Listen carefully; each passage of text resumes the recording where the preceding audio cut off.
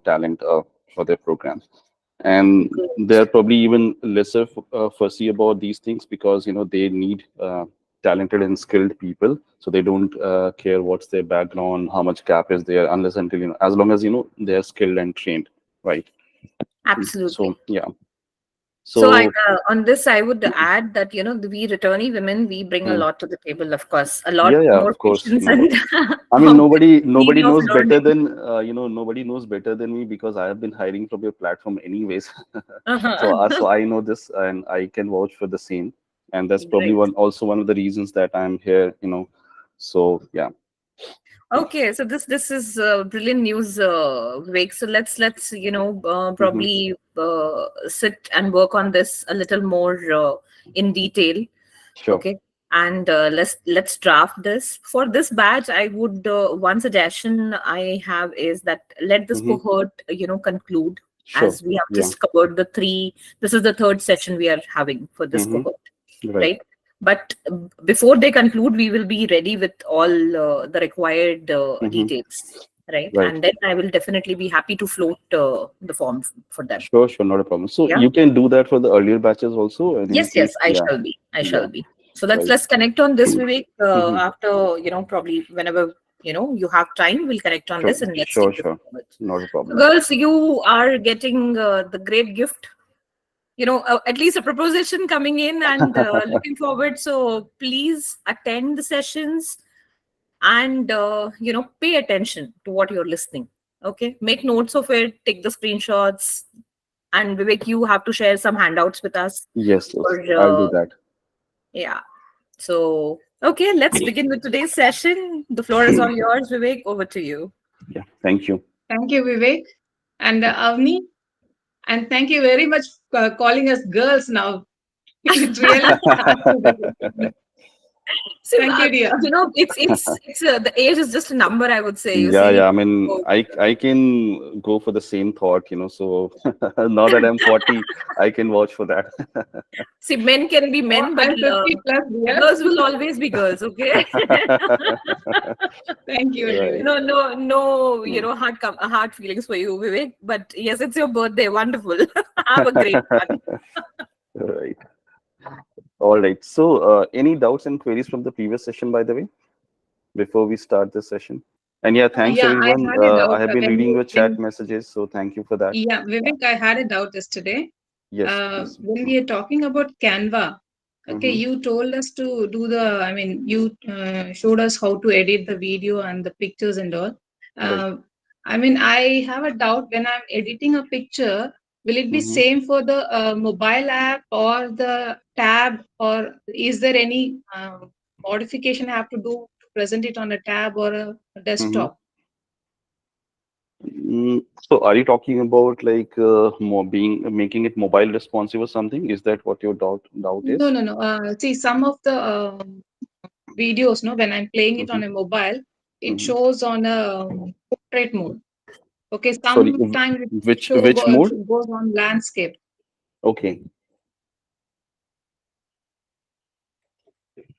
got it. See, what you need to understand is that each of these platforms that we're talking about, whether it's Facebook, Instagram, LinkedIn, so they already have defined sizes for the creatives, whether it's images and videos. Okay, and normally they have specified that what resolution works best on mobile and web both. I mean, this is how they would put it. Okay, and if you are creating it from Canva anyway, so I don't think you need to worry about that. So let's say if you want to publish something as a Facebook post, so you have to select that option while creating design in the Canva when you select the create design option, right? So that will automatically take care of that size thing, whether it's on the mobile or the desktop. Okay. So likewise, it will give you suggestions also if you're publishing. So it's the same content goes on mobile and web both. Okay. So there's no differentiation as such, when it comes to social media platforms, and they have specified different sizes. Yes, in the case of advertisements, if you're running paid ad campaigns, so you definitely need multiple, you can say, resolutions for the same image because of the placement of these ads, because these ads can be placed not only in the Facebook and Instagram, but also outside Facebook and Instagram on different websites and apps and all, right? So those sizes vary a lot, depending on the placement of that ad. Okay. So in that case, they will give you, again, they have specified a standard set of resolution for different ad types, but they also have a universal size wherein, they can say, okay, you go for this size, let's say 1080 by 1080, which is a square, what, right? So now this can automatically fit and can be adjusted according to different screen sizes. You don't have to do anything in that. Okay. Okay. So this is in the context of social media. Now, if you go for the website, normally website designers do that. So they normally take one as a image for the web, and then while making the website mobile responsive, they will create another version of that, and that will only be visible on the mobile view, not on the desktop view. Okay, Okay. Thank you. right. Got it. Okay, I think there's some question. So Varsha has a question. How do I choose color based on the attributes, as in which color represents which particular attributes? So Varsha, what I'll do is I can give you a brand and a color theory kind of book. We have an ebook for that, right? I can provide that to Avneet, and then she can forward it to you. So it will probably make your life easier. Otherwise, if you go to Google and you start searching for these things like how to go about branding, color attributes, and also you'll find enough articles, videos, etc. on that. Okay, so that will help you. So Nim is asking, can you give us an assignment so that we would get a hands-on experience to use the Canva? Yes, yes. I think we already have 3 assignments. I'm going to talk about all 3 of them today. Okay, and yes, of course, the list that you mentioned. No worries, Varsha. I'll share that probably on the Monday, not today. But I'll forward it to Avneet, and she will forward it to all of you. Okay, both the Yes, list and the please ebook. let's spare, Vivek today for the assignments, and Vivek, Yeah, yeah, over the weekend or maybe Monday, you can give us. As ladies, you don't have session on the Monday, so as I receive the assignments from Vivek, you would be getting enough amount, 3-4 days working days we give to for you to do the assignment and submit it. So we shall be sharing it soon. yeah. All right. So shall we begin then? Yes, Vivek, please go ahead. Okay, great.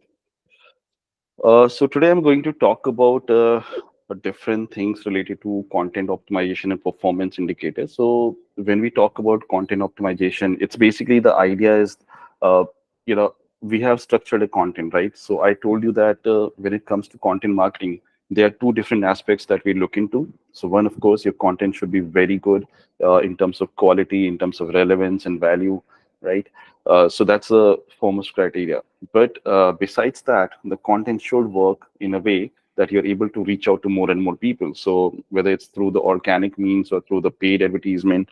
So we will focus more on the organic methods, and we'll also look into different aspects which kind of makes your content more optimized and ready for the social media and for the online searches, including Google and all, right?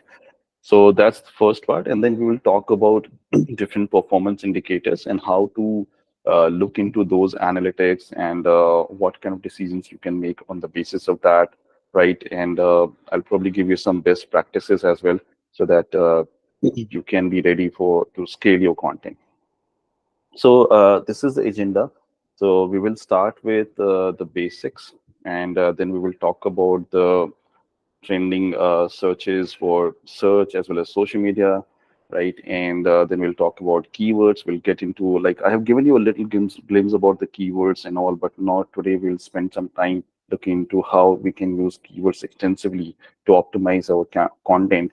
And we'll also look into the hashtags, which are important for social media, especially Instagram, Twitter, and all, right? And then we will look into different ways to optimize the content, written content for social media. And similarly, we will look into how to optimize the content if it's a visual or audiovisual kind of content, so how to optimize that too, right? So this is what we're going to get into. Then we will also discuss certain things such as using some additional factors like, let's say, call to action, emojis, links, etc. I'll give you some other tools which can enhance your content or maybe help you build your content faster, right? And a few other things. So all those things, and ultimately, what should you do in terms of sharing your content? Then we'll talk about different sort of analytics for both web and social media, and try to read into some reports. And maybe I'll give you some examples in the process, and then we'll eventually talk about assignment and, of course, the questions and answers. Okay. So this is what we're going to do today.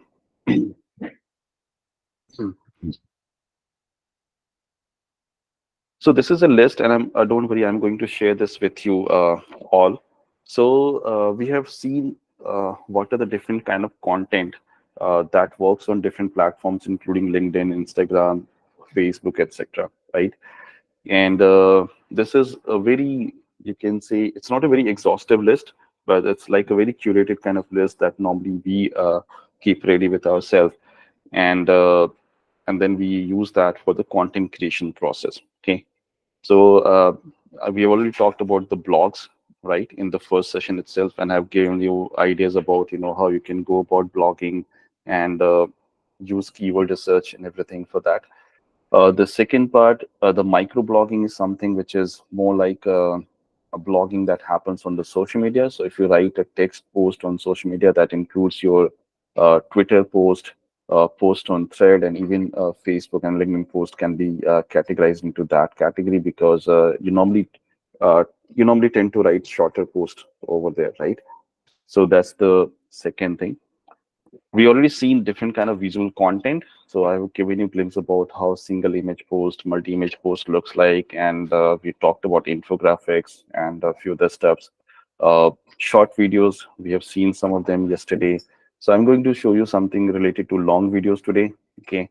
And that will primarily focus on the YouTube, because YouTube is the primary channel when it comes to long form of videos. Okay. I'm also going to talk about podcasting. So I'll show you some of the tools and the options, how you can go about podcasting.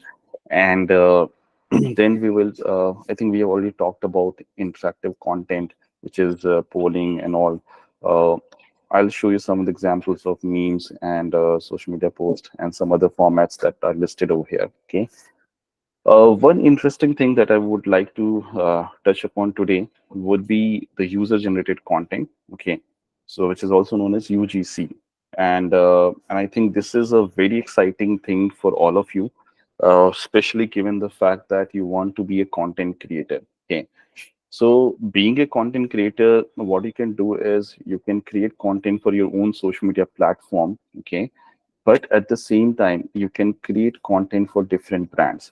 So now there are two ways of looking at it. One could be you're an influencer, and as an influencer you are creating content for the brand. Okay, and people would know that you are an influencer because, let's say, you're talking about maybe education, and then you're trying to promote a professional course from, let's say, Jobs for Her, or from other platforms, right? So in that case, what you're doing is you're promoting one business's or one brand's content through your network. Okay. Now, the user-generated content is little different from that. It's not considered in the same category as that of the influencer. Okay. So let's say if I buy a product, I tend to provide a review for the brand. Let's say if I buy it from Amazon, maybe I buy it directly from their website, right?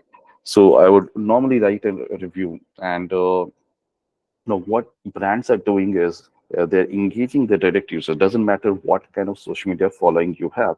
So for you to be an influencer, you still need to have a very decent amount of followings. Let's say a few thousands at least, 10,000, 20,000 minimum, and it can go up till lakhs and lakhs, right? Uh, Now, for the user generated content, you just need to be good at speaking, or at least explaining what you like about the product. And then there are agencies, uh, including ours, where you can work with us.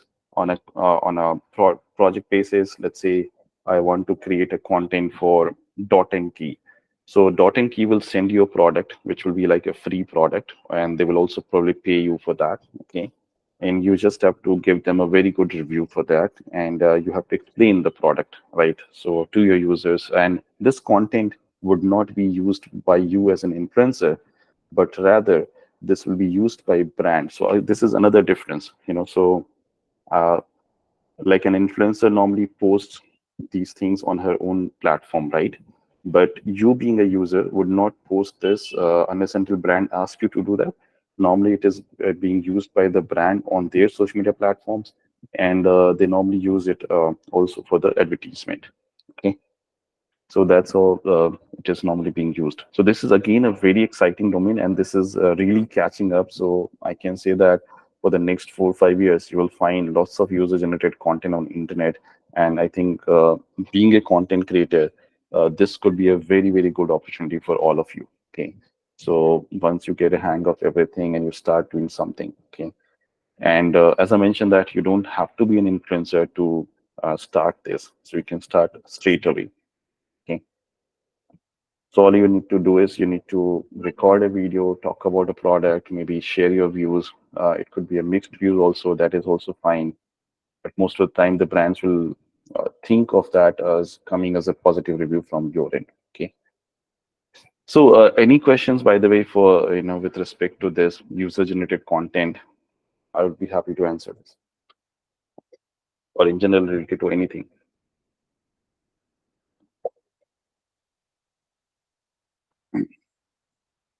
Okay.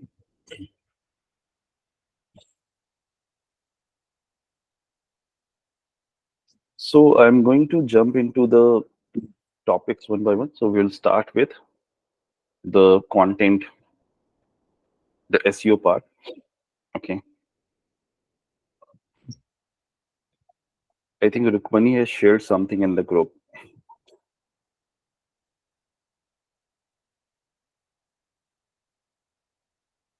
So yeah, it looks like a good thing to start with. So it gives you different kind of color palettes. So this will help you a lot. Thanks, Rukmani. Welcome, sir. Sir, I have a doubt. Yeah, In yeah. UGC content creation, do we Mhm. have to upload the content that we have created in our page or we have to give it to the brand? See, normally brand expects you to give it to them so that they can use them as a review. Okay, so that's how probably it's little different from the influencer marketing.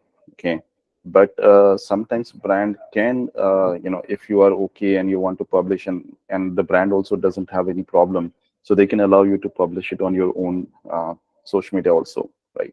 But the idea is that see, the essential idea behind UGC is that it should not look like a promoted content. Okay, it should look like an authentic, genuine review. Okay, so that's why they don't want to do it in the same manner as influencer marketing is done. Okay, got it, sir. Yeah. So I'm going to start with the content part. So when you plan a content, so there are two things which are very important, right? So one thing is when you're writing content, as I mentioned, that it should be valuable and relevant for your users. Second thing is there should be some demand for that content. So if you're writing for something which no one reads or no one looks for, so definitely you will not get the kind of traffic that you're expecting in terms of website visitors or clicks, impressions, views, etc. Okay, so it's very important that you do your research before you start creating any kind of content. Okay.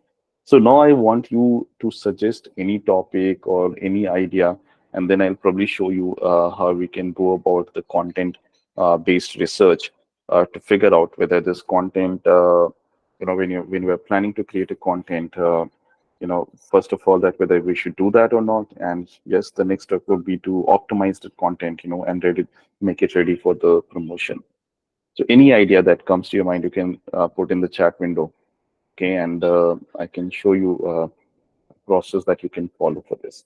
So I'll show the process for both web as well as social media search. Vivek, can you please repeat your question? So Mr. basically, I want you to suggest a topic or maybe some content idea that you want to draft and you want to use that probably on your website or blog or social media. Any example? I think likes and dislikes of like Gen Zs versus millennials. Oh, wow. That's a very good topic. But yeah, I think, I don't know, someone has shared head down society. Okay. That sounds very interesting. See, one thing that I would like to tell you is that you should probably, if since you're planning to use content creation uh, as a career option, right? So you should always think about the commercial viability of things that you're looking at. Okay. So eventually, it's good to talk about the social topics and all, but then And no, no, actually, with it should. this head down society, I meant by the people. Most of us, teenagers, to that matter, even the elders, started using mobile very frequently. If Mm-hmm. you look around, the people, even for going for a walk, they look into their mobile while Mm-hmm. walking. That is Okay. what I meant by head down society. No, I understand that. So that's why I'm looking at the context in the in the form of the commercial viability of this. Okay. So, anyways, I'll try to see if I can find something. Otherwise, I have a couple of other topics, like one suggested by Pooja, and I think Rukmani and Abhivakti is also given some suggestions. So now, when you go for a web-based search, so normally we go by two things. One, whether the topic is having search volume or not, right? So you can find out that by using any kind of keyword research tool, and you can use Google Ads Keyword Planner tool that is totally free. Yes, you need to create an account, and they might even ask you to apply some payment option over there, but they will not charge you anything unless until you run a campaign over there. So don't worry about that part. So you can always create an account and you can start with that. So I'll quickly show you that part first, and then I'll also show you how to find whether this topic is actually trending or is going through a trend or not. Okay. So I'll give you both the perspectives. I, I hope everyone is able to hear me, right? Yes, sir. Okay, okay. Yes, yes, I we can hear think you. somehow my internet signals are getting weaker, so I'm not sure why. Anyways, yeah, Vivek, just yeah, one thing. yeah. As we are thinking from we as a content creator, Mm-hmm, okay, we will be into this. So why we should think what is trending? mm-hmm. We should think what can go trending. Of course, of course. See, Yes, what is already trending? Why we should create for that? We hmm. should think what can go trending next. What? So, yeah, I get your point, but what I will suggest is like let's take it in both ways. Like, so one is of course, we are catering to the existing demand of the content. Okay, so that is one part. And the second part is, when talking about some kind of breakthrough idea that you can come up with, and you think that okay, if you start talking about it, then it itself can become a trend, like you mentioned. Okay, so Yes. yes, we can do both of them. Okay, Mm. so. Yeah.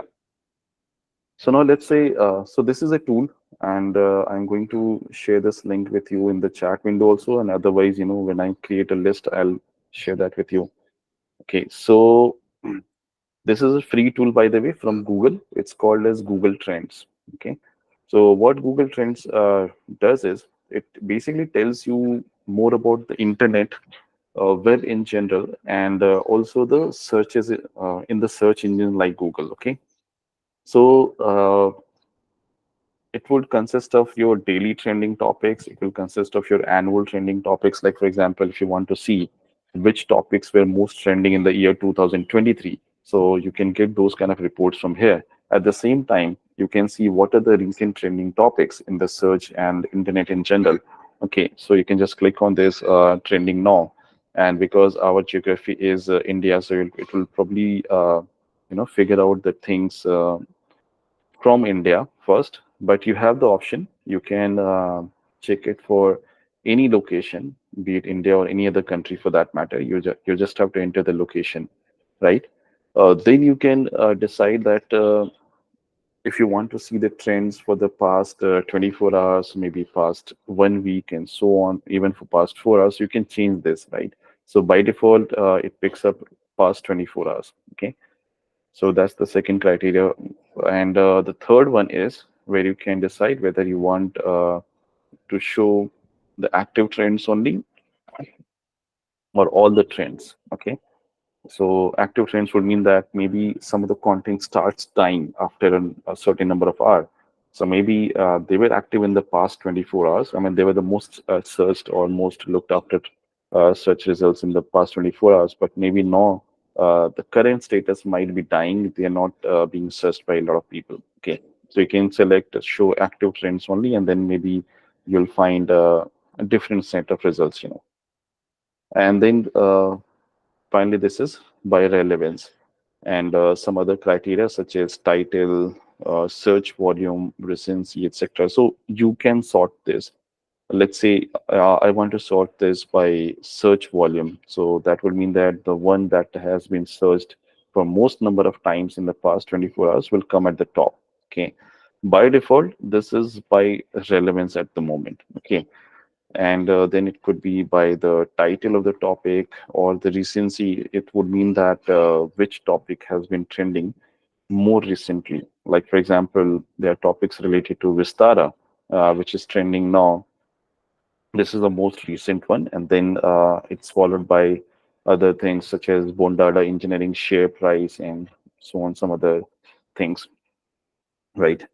So you can see all of these things are trending in the Google search results. Okay, so these are from the very recent history. Okay, so now what you can do is you can probably think, go through this list, and you can also figure out if there's something which is relevant to your content or your social media profile, and you can talk about that, because if something is trending in the searches, so definitely people are also talking about that on the social media. This can happen most of the time. So that basically means that you have something to talk about, which will probably catch the attention of a lot of people at this point of time. Okay. So, for example, if you are a financial advisor, so you can probably pick up this topic, Bondada engineering share price, and you can add your own views and talk about that on the social media. Okay. And then there could be some topics which you think that might need a broader discussion, and it can probably it would not probably die, let's say, in a day or two. Okay. So maybe this topic would probably die in a day or two, because after that people start are talking about some other share prices and all. But if you talk about, let's say, maybe something like this, the Rings of Power season 2 review. Okay. So now that the season 2 has been announced or launched, I'm not sure about this, but let's say it has been launched. So Yeah, it people are was probably, released yesterday. yeah. So now people are talking about it. People will keep looking for the reviews for the next few weeks and even few months for that matter, because not everyone has time to watch the content on the same day, when it's being released, right? So you can even think about creating a blog around that. So you basically have to apply your thought process in a way that what could be something like let's say that can become a story, right? Or maybe a reel, and what should be a written content for that matter, or where you want to put your views and opinion, right? And which one do you think you can recycle, or maybe that content can exist for a very long time. So all those kind of factors have to be thought of before picking up any of these kind of topics. So this is from the recent ones. Okay, now I'll show you another use of this tool. So this is trending now. If you go to explore, okay,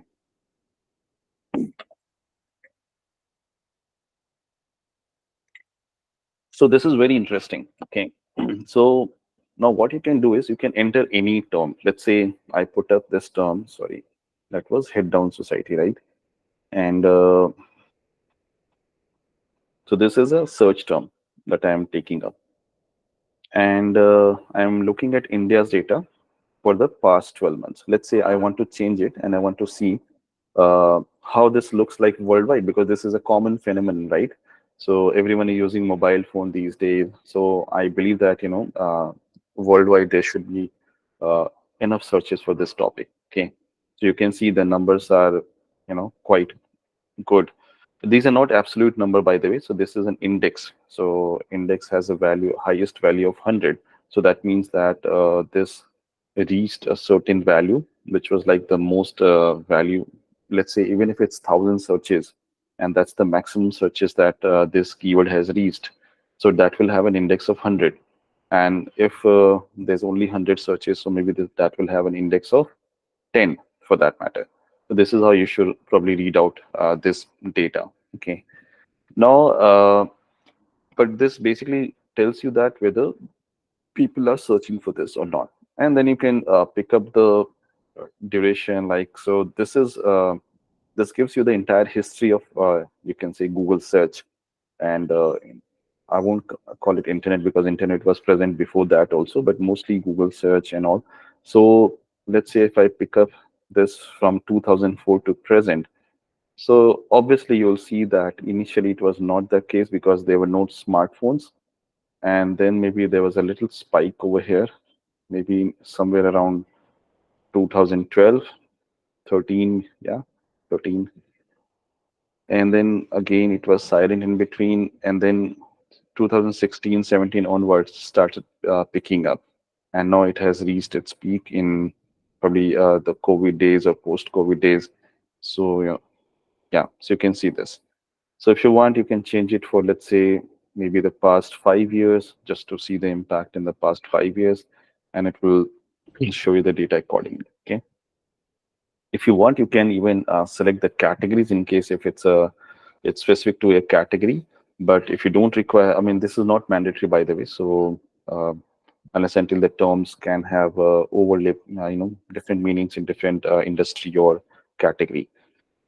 Then comes the type of searches. Okay, so this is very important. So when it comes to content creation, you should also know that what kind of content uh, needs to be created, whether it should be in the form of an image, whether it should be in the form of a video, or it should go. It's more on the lines of product-related searches for such as Google Shopping and all, or it could be a news piece or a blog for that matter, right? So this is very important. So I have taken this. The default option is always web search, but if you want to change it to, let's say, YouTube search or something else, you can do that. And then you can see the trends for the same, right? So by default, it's web search. Okay. And, uh, and then it will show you some very interesting data. Like you can even see which geographies, it has more interest and all. So you can see most part of the US and the Canada, you'll find very good number of searches for this. Then UK, India is there, and so on, right? So you can even see this list over here, and mostly it's the Philippines at the number one, then followed by US, India, and so on. So now you also know that where exactly people are reading this content, and this can be changed. This can be changed to the city or states and so on. Let's say if you look at this data for India, so maybe you'll find a different thing, right? And now this is not even a comparison, but I'm just let's say I think Pooja, you gave me a topic, something like Gen Z versus millennial kind of thing, right? Yeah, right. So I'll just pick this up as a very generic topic, Gen Z versus millennials, okay? And now it can even give you a comparison. So in general, this is probably being searched more than the other topic that we've highlighted, and maybe because of the keyword thing, this is basically a keyword. This might not be an exact keyword. Okay, there could be some other attributes or uh, you know variations of these topics. So now you can see these things, and let's say if I bring it to India, so it will change the data for India. So I'll pick up India, and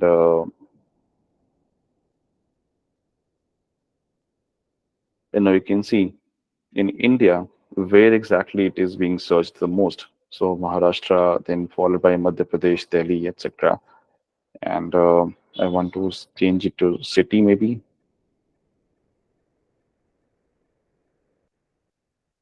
So city-wise data is not available. So maybe there's not enough searches for this. Okay. Now I change it to something else. Let's say I'll change it to Mental health. Okay.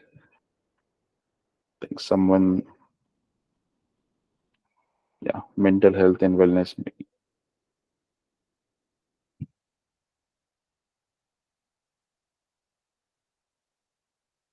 So you can see it has quite good number of searches. Maybe let me remove this topic for now because this has not got much of searches. So now this becomes almost like a flat thing over here, right? Because the volume of searches related to mental health would be very, very high. So maybe I can do some other kind of comparison.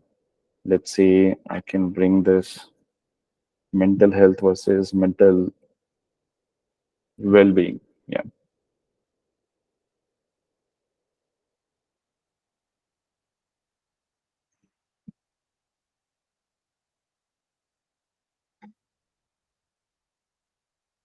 So you can see. And then it gives you the geographies. So it could be the states, it could be the cities also. Let me see if I can find enough data for a city. Yeah. So you see, very interesting thing, right? I'm actually a little surprised to see this, but most of these states are actually from the northeast, uh, eastern part of India, right? Yeah, right. So let me see this for the other one. Same with this keyword also. So now this gives you very interesting insights. Now, tell me one thing, like when you see these things, so what are the thoughts that comes to you as a content creator? I would like to hear some ideas from you.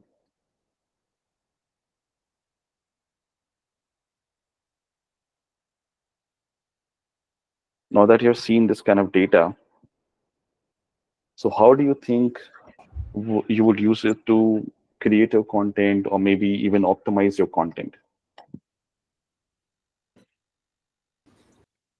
S- so Vivek Upasna here.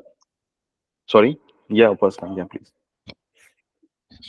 Okay, so I think this search for mental health, they are giving northeastern cities, maybe Mm-hmm. because of the recent issues that happened in the northeastern states. Maybe Mm-hmm. because of that, they are associating But it. see, this has been a regular trend. It's not just the recent trends, right? I mean, we're looking at the data since 2004.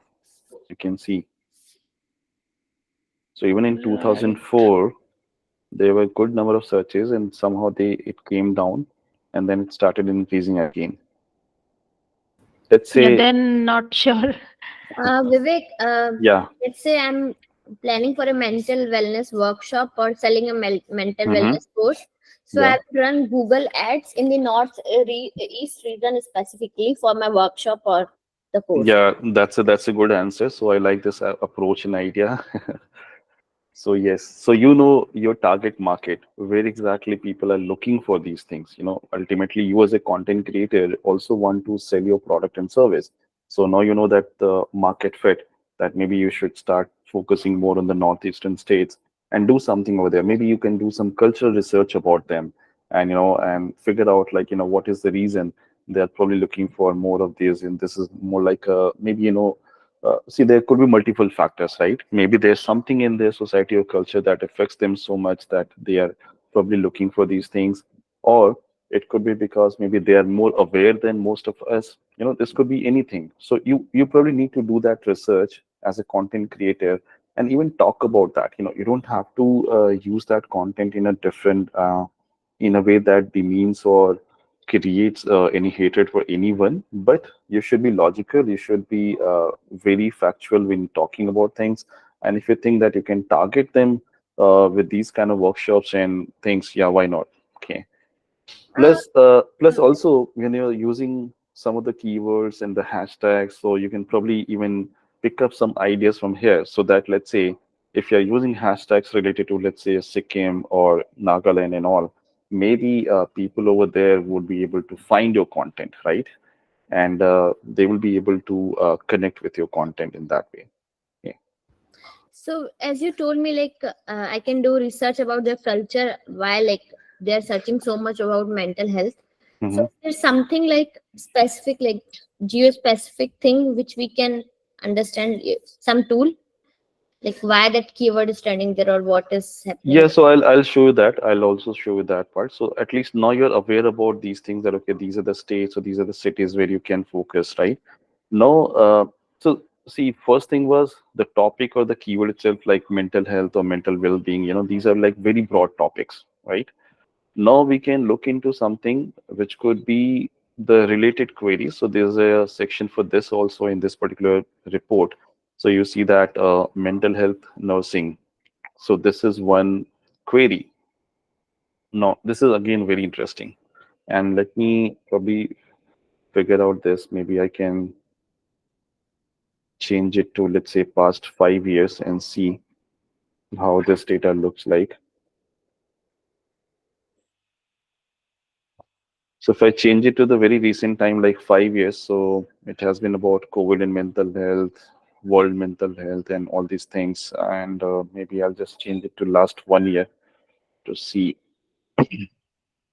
So you have to see, I mean, before coming to any decision or conclusion, I would say that you should do some, a number of iteration to arrive at that and look at it from different perspective. This can be because of any XYZ reasons. We need to figure out those reasons clearly. So definitely mental health day is something that is being searched a lot. As you can see, people are also searching for technology and mental health speech. Okay, so that's another thing. The impact of social media on mental health. So this is another topic or idea for you, what people are searching for. Uh, I'll just go to the second list. Again, so this is being searched a lot, the impact of social media on mental health. So maybe this is a very good topic for you, either it's, for the blog, even for the social media content. People are also searching for these things like mental health, chatbot, health AI, the importance of mental health awareness, and then there's some college or something, PM Institute of Mental Health, right? Amaha Mental Health Care Center. So you have enough ideas now. So you know that you know what all to talk about. You can do some further research and figure out what could be the best topic for you. And then there are some related queries. For example, which aspect of yoga is particularly beneficial for stress reduction and mental well-being? So now you have two things. So yoga for stress reduction and mental well-being. So if you're someone who wants to talk about that, you can probably focus on yoga and its impact, you know, in terms of reducing the stress and providing some mental health benefits for the users. Okay, and there are other things that you can see over here. So now you have enough, ideas to start your research. Now coming to your second doubt, whether how can we see that what exactly they are searching and how much they are searching. So the best way would be to go for a Google tool. Let me just show you that. Okay. So again, this is the ads.google.com. As I mentioned that you can create a free account. They might ask you to create a campaign, but you can just skip and add the payment method and then stop the campaign. Okay, so you don't have to do that. And I'll just show you. So go to tools. Under the planning, you'll find this option called as keyword planner, right? And then we can go to discover new keywords. So let's say I'm going to search for this only, mental health, right? And I'll probably change it now that I have some clue from the Google Trends that these are the states where it is being searched the most, right? So I'll probably start adding these states just to see.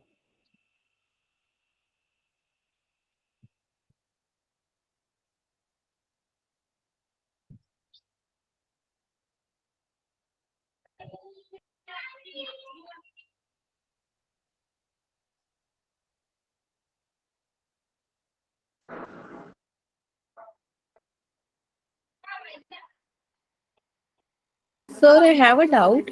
Yeah. Sir, in the trend, Google Trends, you showed that the related queries, In that Mhm. one tab was there as rising. So Mhm. within how many the period of time we have to create that content and we have to publish that?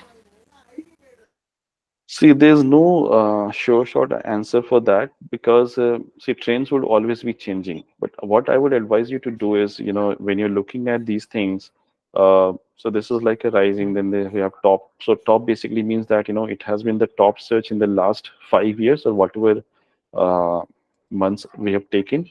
But rising basically would mean that this is the current, this is on the rise, right? So this has been increasing. There has been more and more number of searches for this.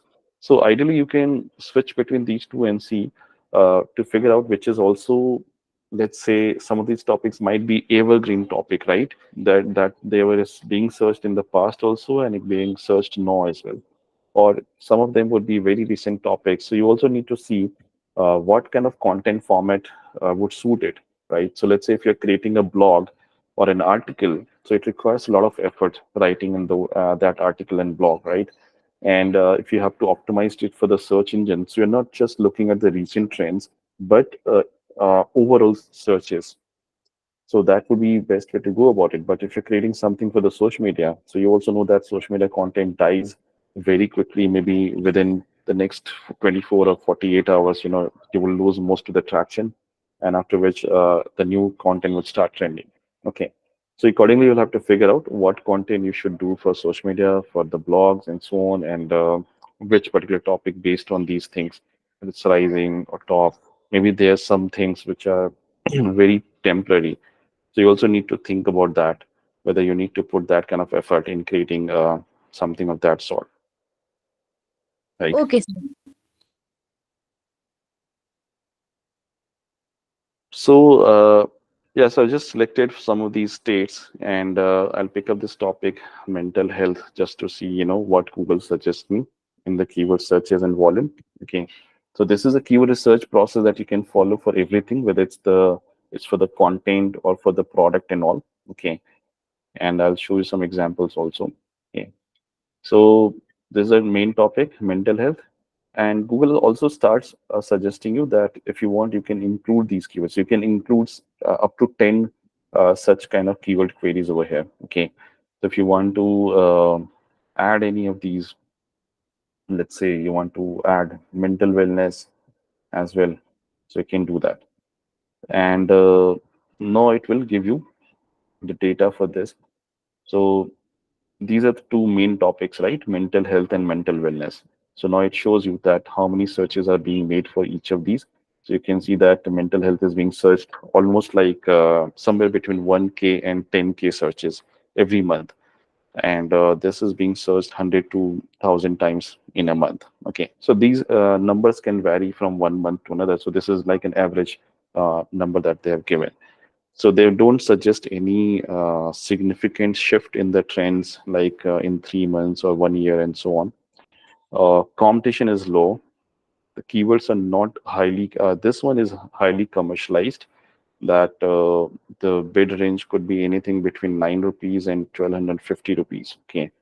So that means, people are searching, not only searching for it, maybe they're looking for some kind of service, maybe workshop, maybe doctors, and so on. So that also tells you the demand about this. Now, what Google also does is when you enter any of these keyword queries, so they will give you some related ideas that people who are searching for mental health or mental wellness, they're also searching for, almost 1,263 different ideas, right? So it's a lot of them, right? So something as simple as a psychologist near me. So people are looking to hire psychologists in these states. And again, these are commercial keywords. As you can see, there's some commercial value attached over there. So people, advertisers are willing to pay this much amount of money. So that also means that this is a good commercial value keyword for you. They're also searching for something like bipolar disorder, better health therapy, and so on. So there are lots of these kind of searches. If you want, you can even download this in the form of an Excel sheet, and then you can do all these kind of comparison, and then arrive at a conclusion that what you want to write about. Okay. One thing that you can do is once you start going through this list, okay, and this is what we normally follow. If we find something, uh, that we think could be a better topic. See, mental health and mental wellness, both of them are very broad topics, right? And there's a chance that there are tons of articles, there are tons of content around that. So I would suggest that you should look for something narrow than this, so this is very, very broad, mental health. So instead of going for only mental health, while mental health can be the category or the topic for you, you should think about something very specific, like maybe if you want to talk about, let's say, bipolar disorder, right? So this could be one topic that you can talk about in your content, or maybe schizophrenia, right? Or maybe something like, let's say, borderline personality disorder. So these are some very interesting searches. So these are not directly relate, sorry, the direct keywords, but yet they're linked with these topics. So yeah, this still looks for, I mean, makes for a very good idea in terms of content. Okay. So yeah, so that's what you can do, and you can do further iteration. For example, let's say I want to write about this border borderline personality disorder. So what I'll do is I'll remove these two keywords from here, okay, and I'll put this one as a keyword, and then I'll search. And now what Google will do is it will give me search results for this topic as well as some of the other topics related to this, like such as if you're talking about borderline personality disorder. So people also search for, let's say, BPD test, borderline personality disorder test, symptoms, right? Therapist, the treatment, how the treatment works for BPD, and different therapies, diagnosis. Then there's a very specific thing called as symptoms of BPD in females. So again, this is a very niche topic. So you can have different content for all of these, or maybe what you can do if you want to create a very long form of video or maybe a very long article. So you can actually include these things, like all these things, information in a single blog, so that it becomes a very comprehensive guide for the readers. So when you talk about borderline personality disorder, so in the same article or blog, you can talk about the different test methods, how to find the symptoms, if you can suggest some therapist there, maybe for northeastern states, some of the popular therapists over there, right? You can talk about different kind of treatment which is available or different therapies which are available. You can give examples of diagnosis and why it's important for them. Okay, so you can just pick up all these ideas like BPD help. So if you know that someone who provides a help, like maybe a support group or something, so you can highlight that. So you get tons and tons of idea over here. It's just up to you that how you want to structure it. Okay. And then again, you can do an iteration around that. If you think that, okay, maybe this can become a main topic, not that one. So yeah, I mean, just pick up this one and then, let's say BPD symptoms. So if you want to do some research around that, you can do that too. Okay. So in keyword research, iteration helps a lot. And when you're doing that, so don't just look at the main or the primary keyword, but also look for secondary and tertiary keywords, and also look for some subtopics or ideas that can be that can make the topic even better. Okay. Any questions? Yeah. Sir, I have a doubt.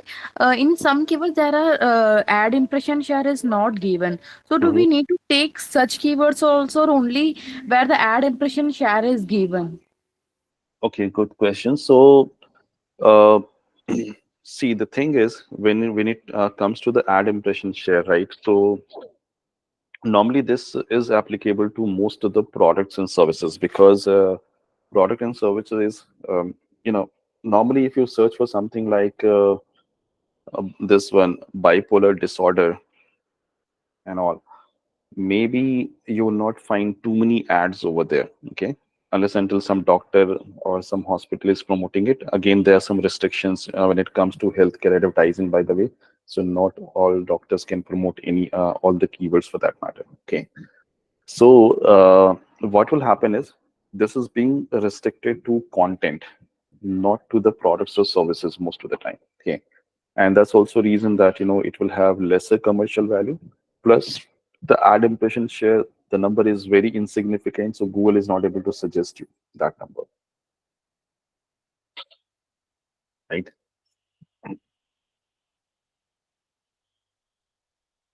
But when it comes to content creation, you can still use it.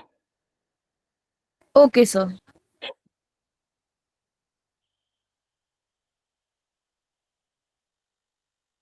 So now we'll talk about the trends on the social media, keywords and keywords. I already talked about. I'm going to talk about hashtags and also. Any question before that?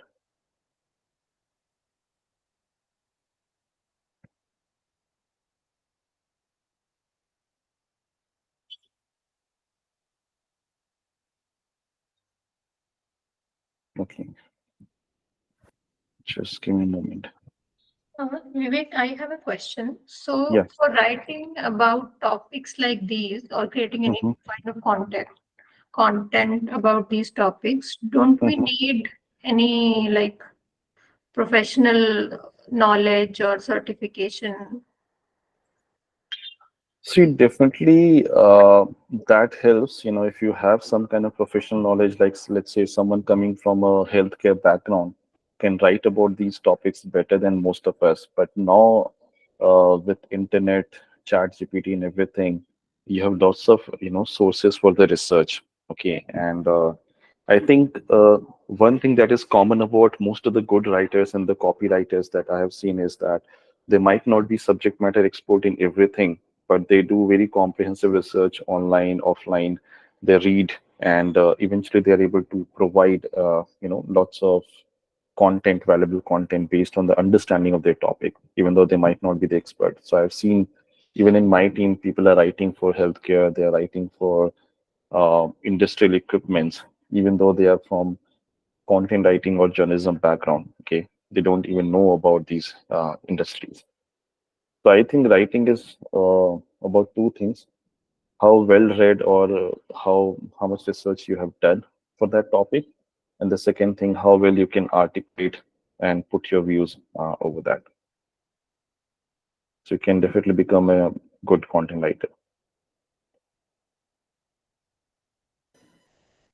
And are there any copywriting issues when we kind of like read from different sources and then try to put that into our See, you can pick up the idea, but you don't have to copy paste the same content. Never do that. Okay.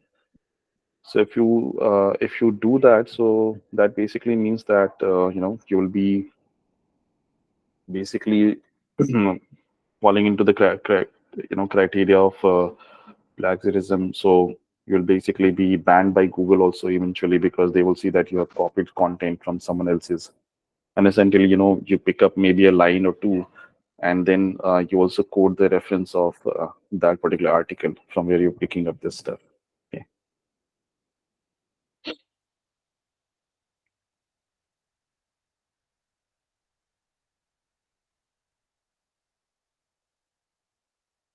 So now this is one tool that is free of cost, by the way. Okay, and I'm going to share this link with all of you in the chat window. If you want, you can save it. And there are a lot of tools which are paid tools, but at this moment, I would not advise you a paid tool because it costs you hundreds of dollars for that, unless until you are running an agency or planning to do that. Okay.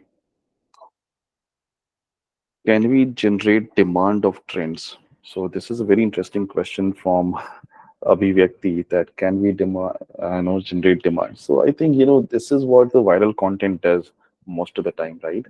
So you can actually come up with some very interesting idea, start talking about it, maybe present it in a very innovative way, and then, yeah, I mean, you can generate the demand, or what we call as a viral trend for that. I think, if you see the internet today, like, so there's this song which became very popular recently. I think this was, I forgot the name of the movie. Um, I think Vicky Kaushal is there, right? Toba Toba, that song. And my 4.5-year-old daughter, she looked at that song and she was like, "Okay, Papa, this is the song that I like and all, you know." So I was like, I was not aware about this, and then I found that okay, this is a movie or this is a song and so on. And frankly speaking, if you ask me, maybe I will not rate that song in one of the best songs, right? I mean, there are better songs than that. Okay. But because of the social media trends, the way it was promoted, now everyone is, singing to that, dancing to that particular song. So they created demand for that song. Okay. They generated demand for that song and by using some innovative methods. And that was just, the steps and the reels that they have created and asked people to follow that. Okay. But I'm sure that you will also agree with me that there are tons and tons of songs better than that. They might not have the similar demand or trend that this song has generated, right? So yeah, I mean you can look for those kind of cues, uh, and marketing is all about idea. Okay, so ideas can come up from anywhere. You don't know, sometimes you're just making some observations in your society, in your workplace, and then all of a sudden you're saying, okay, yeah, this can work. Let's put it and try it. So as a marketer, we do a lot of A/B testing, by the way. We call that as a A/B testing, but it doesn't mean that it's only the version A or B. So it can be A to Z. Okay. So we keep trying things, and finally we see that okay, maybe one out of 10 things or five things works so well that it can substitute the other nine or 10 things for that matter. Okay. So I think this is the approach that you can follow when it comes to content creation. So maybe so we also use this term called as hero content, and then you have something called as hygiene content. So just for your understanding, hero content is something uh, that's like a blockbuster movie. Okay, so that can do few hundred crores, like 500 crores or 1,000 crores of business. And then you have some hygiene content, which is like a regular, maybe an OTT movie or something else, which probably does few crores. They're still profitable, helping run the business, but then they are not able to uh, get that kind of scale that is expected out of it. So your content creation is very similar. So you'll always have maybe tens and hundreds of hygiene content, which you normally do it, as I mentioned, that you have to do it constantly and consistently, rather, on a regular basis. And then there would be one of the content that will stand out, like Avivek mentioned that, okay, that can generate some kind of demand or can drive some viral trend. Okay. No, this is a very interesting tool, and it's a very simple tool, by the way. Okay, and it has lots of, you can say, free features and paid features too. So the problem with the free features is that it doesn't provide you much data and insights, as in you won't get to know that this keyword is being searched X number of times, but you will get the ideas. For example, if I go to Amazon searches, right?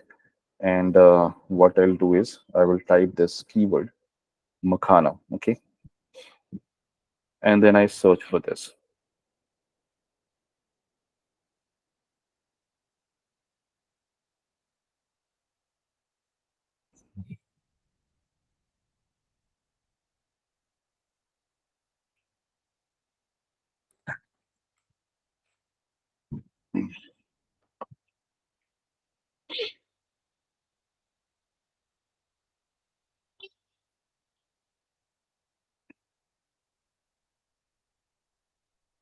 So, Yeah, if we are taking others' content for some ideas or something, do we need to take their consent before taking, or just we have to give their credit if we are using some lines from their content?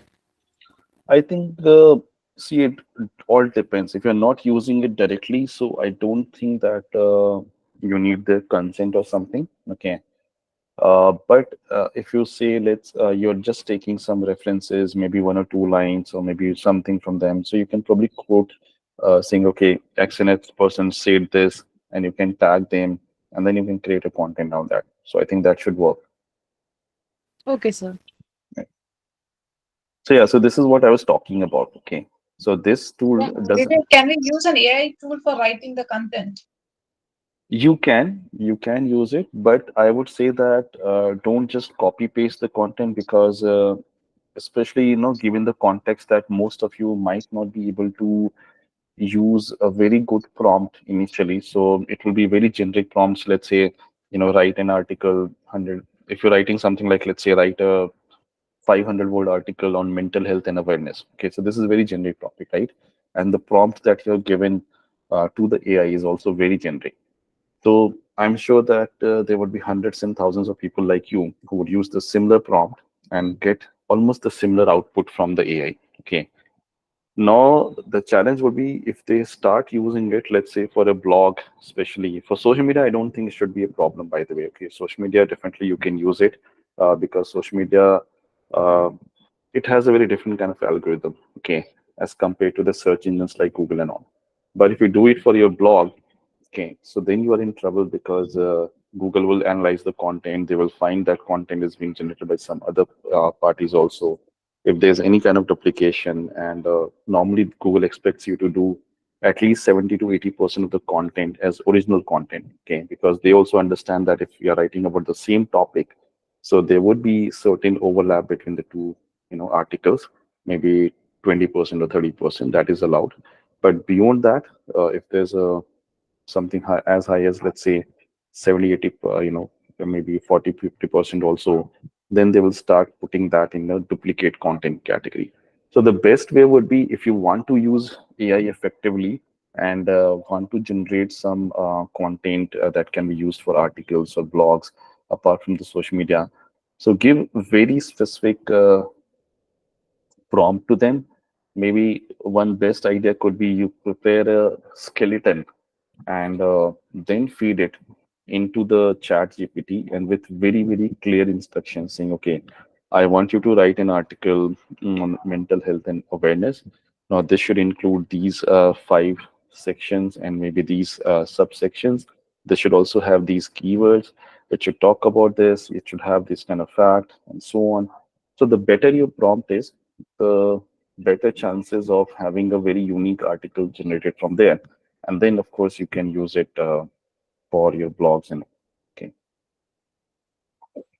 Thank you, Vivek.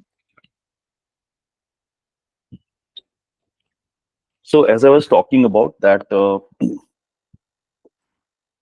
this tool has both free and paid version. Okay, so if you go for a free version, so it normally doesn't show you the exact volume and the trends and some other metrics like competition, the cost, etc., but it will give you very good ideas. Like, for example, let's say if I'm planning to start something with respect to makhana. So I can go to this, and yeah, I can do that in the Google search also. But this tool has, if you can see, they provide you keywords for different platforms. So that is the beauty of this tool. Okay. So it provides you keywords for YouTube. I think someone was asking me for LinkedIn, but I'm not sure. No, LinkedIn is not there. Okay. So, but you can get it for Google. Google, anyways, you're getting it from Google directly. So there's no need of this tool. But YouTube is something that you can get, even though it's a tool owned by Google, but Google doesn't give you a separate data for YouTube. Okay. Then you can get it for Bing. If you are a product seller, you want to plan some products for Amazon, so you can actually see that if your product or the keywords has demand on Amazon or not, and if and how much. Similarly for eBay, then you can do that for different Play stores like App Store in Apple and Play Store in Android. Then you can do it for Instagram. So let's look into the Instagram, and if you're using the same thing, so maybe I'll use something else. Let me see if I can find it for this also.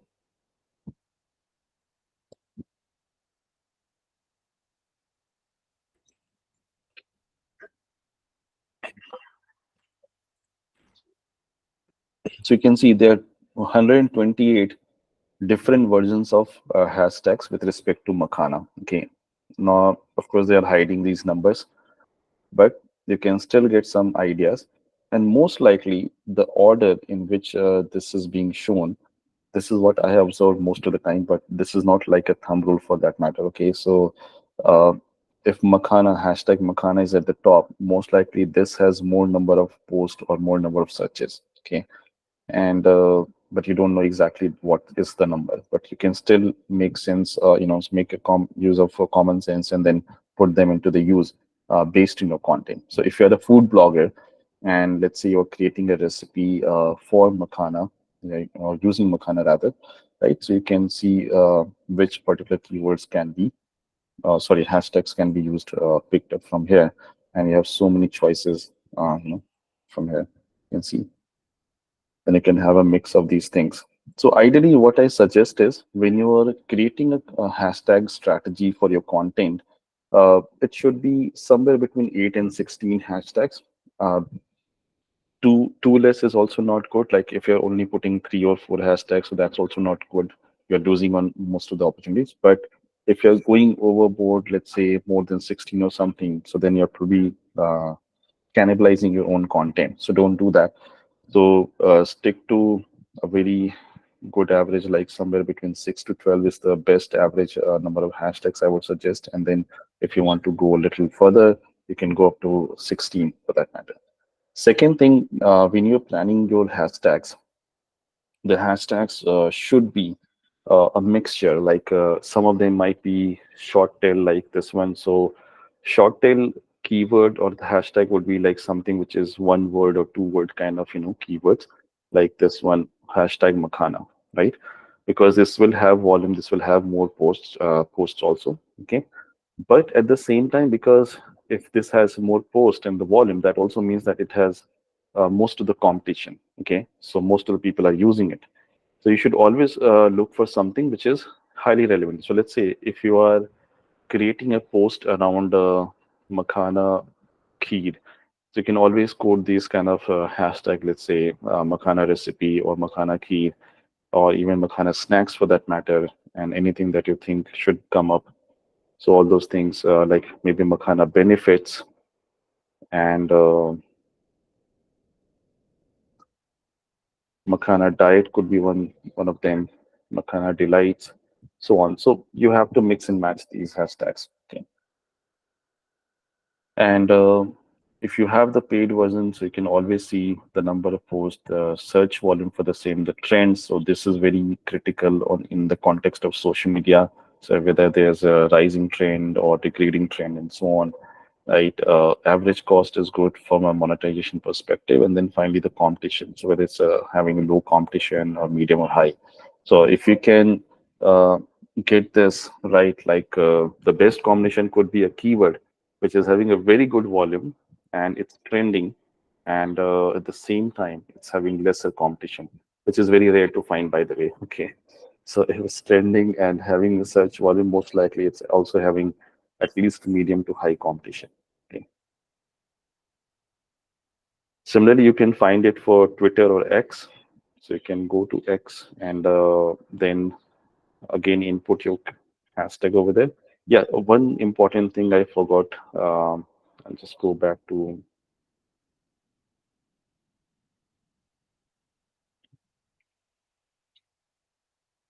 So you can also look at the accounts. So this is very important. So click on people and then you can start looking into the people who actually use it.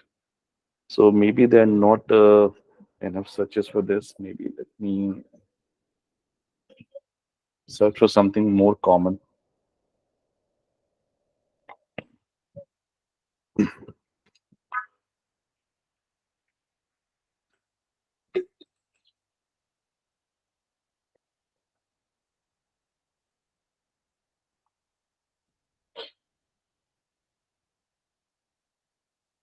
Yeah. So now you can see because I've selected this as worldwide. So that's why it's showing me this data. If I can type maybe India as a country and then do the search, I'm sure that I'll find something that you can relate with.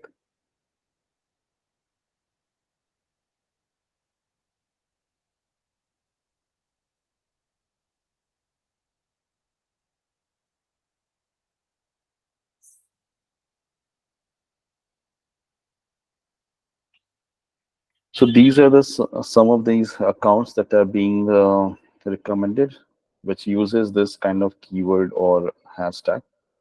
Okay, and it's also popular in India. You can even go to these accounts just to see what kind of content they are creating. So this also helps you in the research process, right?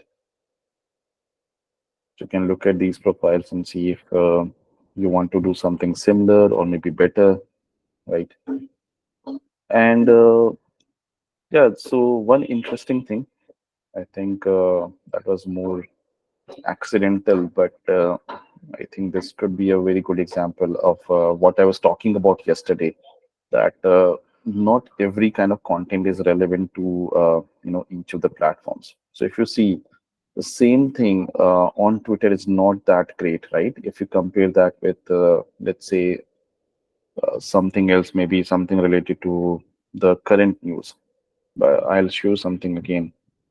So if I go from Makana and I search for that in the Twitter, so maybe they will not suggest me much of the ideas because nobody is searching for Makana on Twitter, but they actually do that on Instagram or some other platform. Okay, or reading content related to that.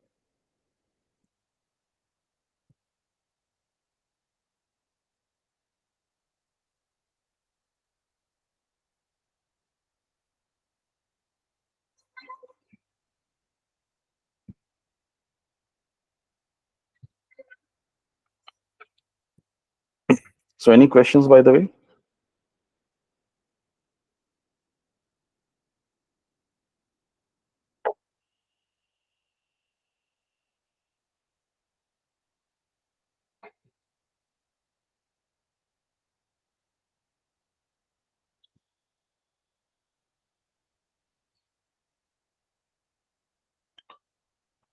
I don't think there are any data.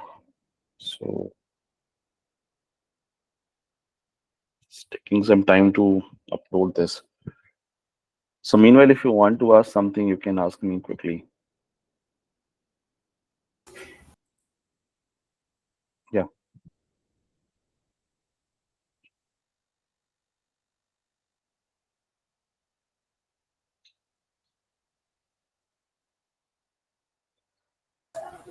Vivek, Yeah. two things.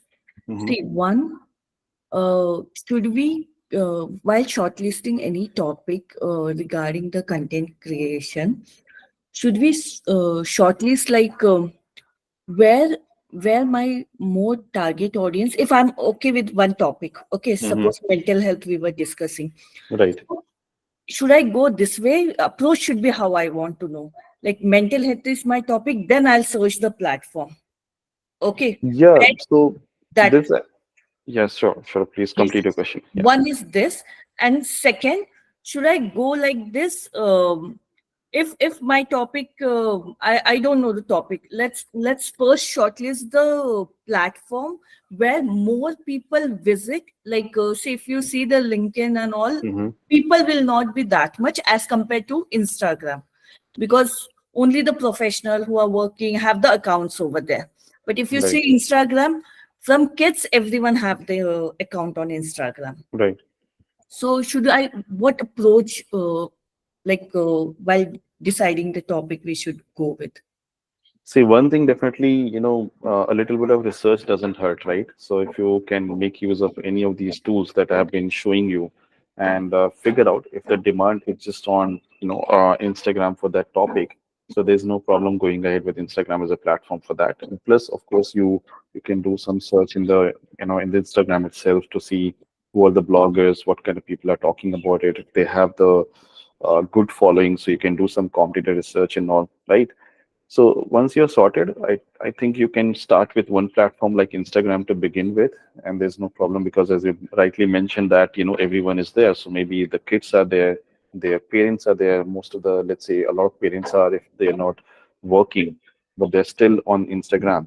But on LinkedIn, we have mostly the working parents, right?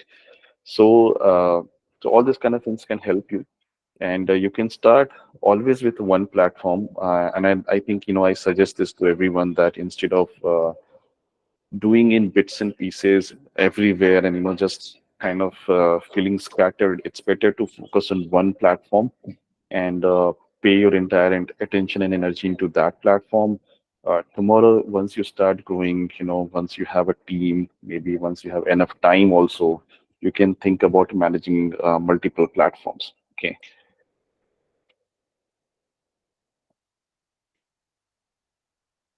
So I hope I answered your question. Yes, yes, Vivek. Thank you. Yeah. So Abhivakti is asking, where can we get the research ideas, any tools apart from ChatGPT on Google, other what?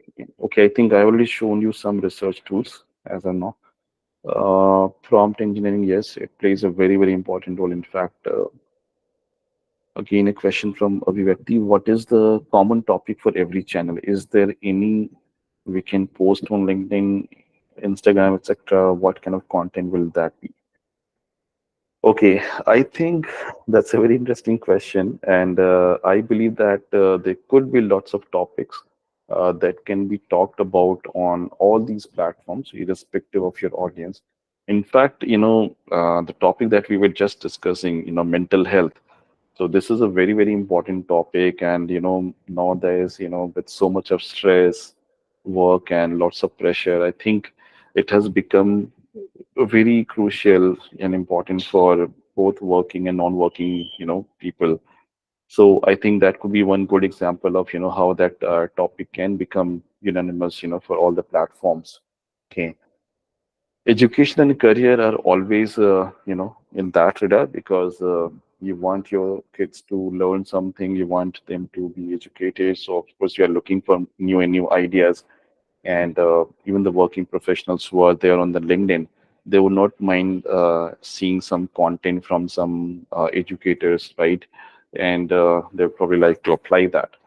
So yeah, I mean, maybe something which is very product per se, like let's say something related to lifestyle and all, can be restricted to uh, Instagram, Facebook, etc. Right? But something I think which is very critical for everyone and important can be shared across platforms. Okay.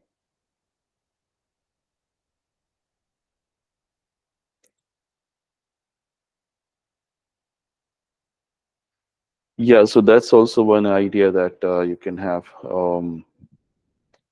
corporate humor.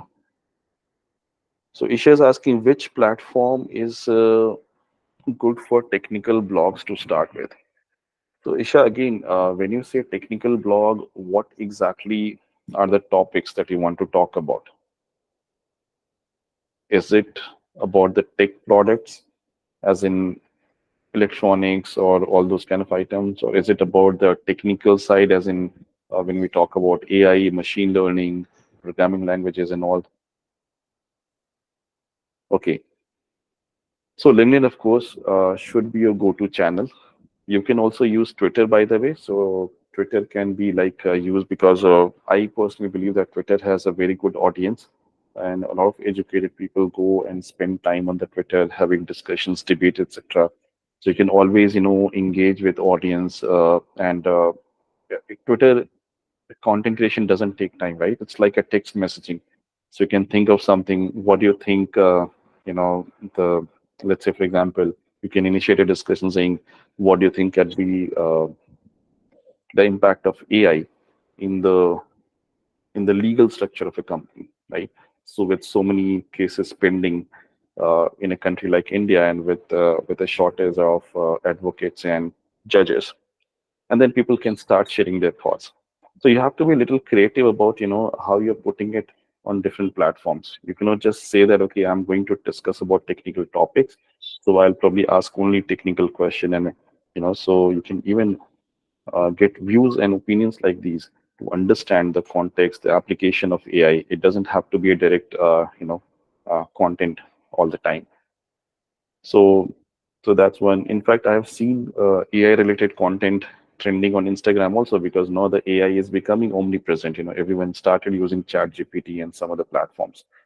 So that could not be a bad idea either. So again, it depends, as I mentioned in the first session also, that you cannot treat each platform as the same. If you're serving the similar content on each platform, most likely there will not be too much of takers for them.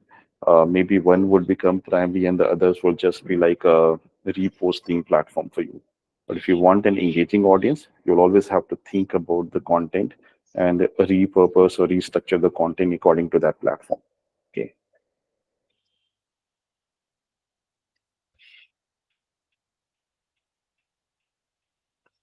Right. So these were the things that you can do in terms of the content optimization, and this is applicable to all kind of content, right? So keywords, hashtags, description. So I'll show you something for YouTube also, by the way, and I'll give you an example of YouTube video creation and publishing and all that stuff. Okay. So when you go to YouTube, so YouTube has only has keywords. They don't use normally hashtags. Okay. So what they do is they call that as a tag rather. We don't call keyword in YouTube. It's called as tag, and you can have multiple tags just like Instagram and all. So you can see makhana as a keyword is being searched by this much volume and all. And then there are some of the direct keywords like makhana recipes, makhana recipe for baby. People are searching for something like this, makhana khane ke faide. So they're Hindi audience, they're even audience who knows English, but probably he or she is typing in this in Hindi. Okay. So you also know that, okay, what kind of variations needs to be brought up while creating the content or writing the description or developing your, maybe using the description or the hashtags and all, keywords and all. So these are some direct keyword suggestions. Now in YouTube, you will also get different kind of keywords, as in people asking questions. So this is a very common scenario on YouTube. Okay, and one of the reason is that YouTube has lots of long form of content, which is long videos and all, very detailed video.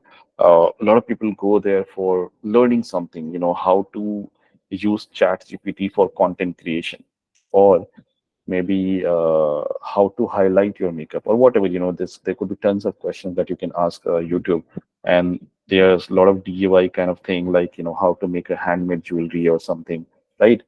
So you can simply go to the questions section over here in the keyword, and then you can find out these gold mines. So this is not only suggestions for the keywords, but this also gives you suggestions for the topics for that matter.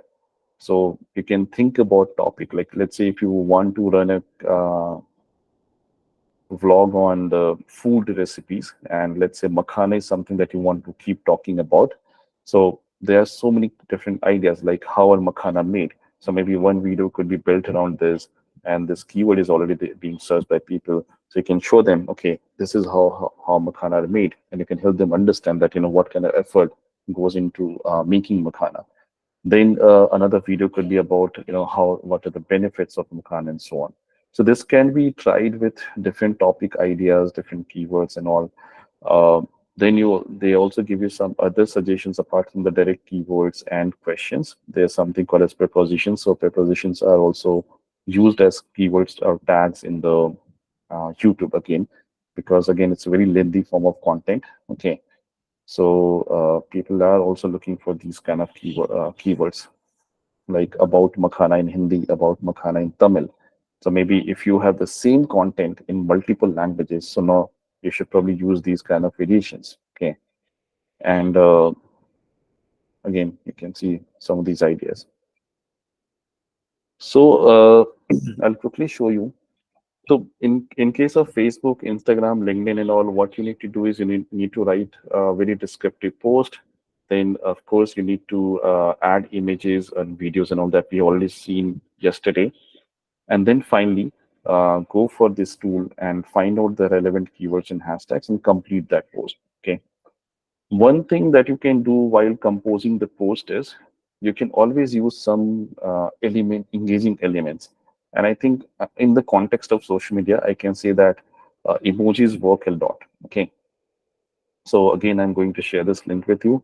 And now what you can do is you can simply go to emojipedia.com org and search for something. Let's say you want to put a picture of cake, so there's a birthday cake. Just click on this birthday cake, right? There's a copy over here. And now you can go to Instagram, even LinkedIn, whichever platform you're active. Okay.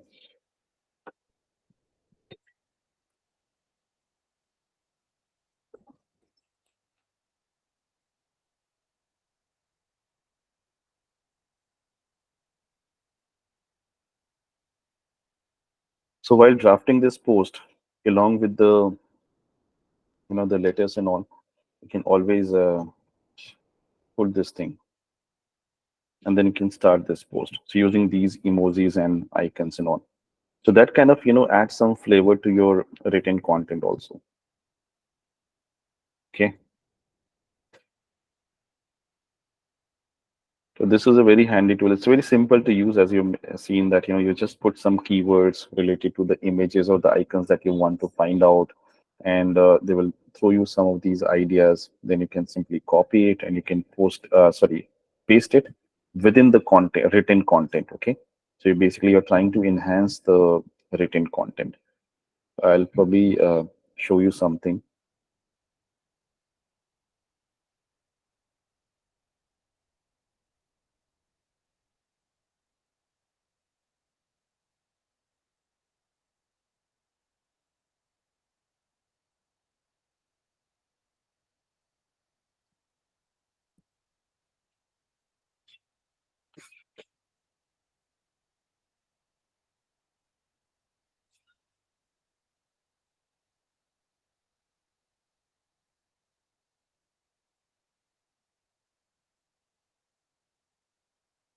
So you can see this, right?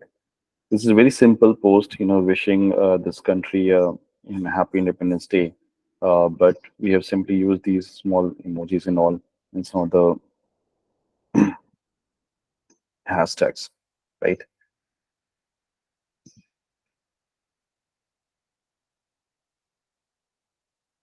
So, any questions with respect to this?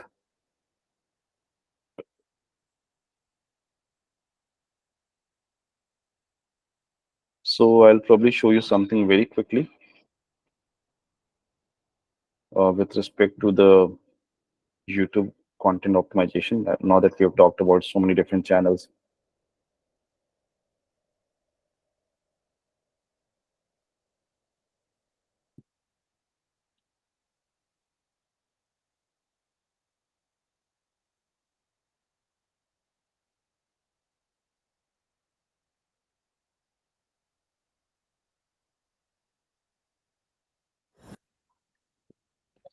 Vivek, would you Yeah. also covering the tools for creating long form videos?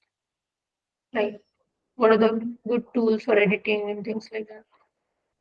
See, if you are using, let's say, a MacBook, I would say that MacBook already has something called as, Movie Maker. If I'm not wrong. I need to check that in my laptop. So that is one tool. So then Window also has something called as Window Maker, Movies Maker.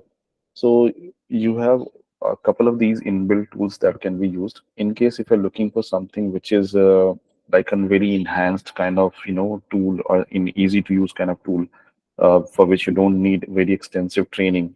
So I would say this tool is something which is again used by my team.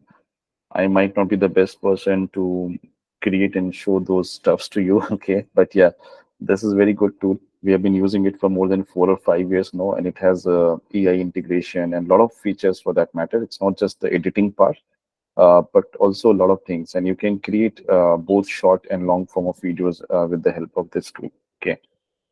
So any kind of videos for that matter. If you want to put up a video which is recorded and then you want to edit or enhance that video, you can do that. Or if you just want to use some templates also. So this is purely a video tool, and I'll just share this link with you. Okay, and they also have some you can say AI prompts and all. which allows you to create some different kind of videos. I'll just show you some templates. Maybe this will give you an idea about what I'm talking about. Something as simple as this.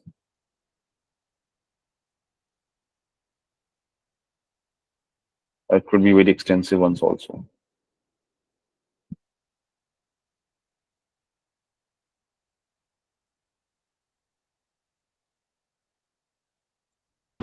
Canva doesn't have a feature, the same feature like this tool.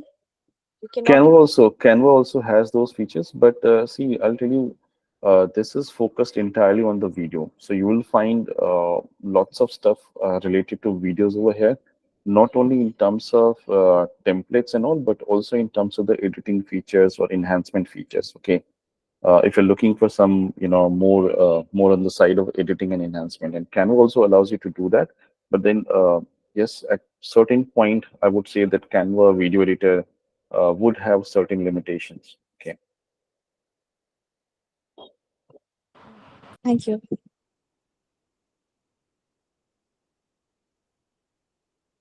Then, in case if you are thinking about podcast and all, you can try this tool. This tool is again an AI tool, and it does a lot of wonderful things for that matter. Okay, so you can actually feed your voice into this tool, and it can help you generate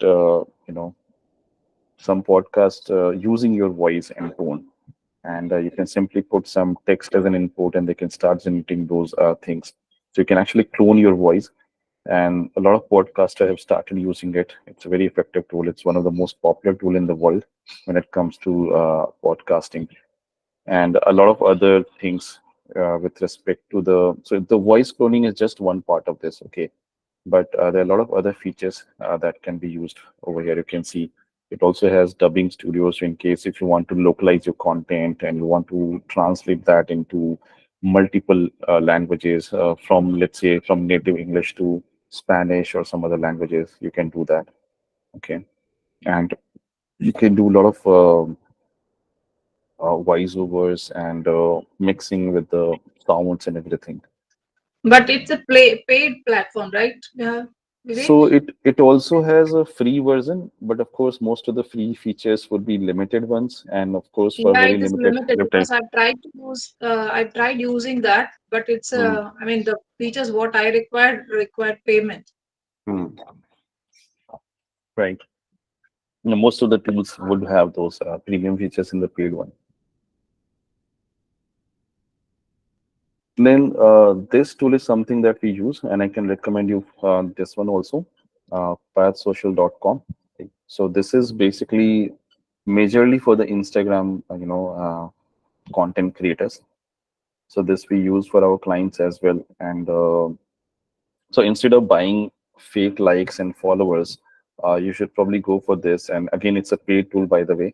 But yes, if you are serious about content creation, you want to scale it very quickly, so you should probably think about using it, because what it does is it organically optimizes your content and tries to reach out to the relevant audience. Okay, so the moment your content starts appearing in front of a relevant audience on Instagram, so obviously the engagement following everything grows. Okay. So in general, we have seen that even for the smaller accounts, 500 to 2,000 followers per month is something which is very normal that we have seen in the result. And based on the number of followers, let's say some accounts which has very high numbers and all, so they can probably have higher number too. Okay. Right.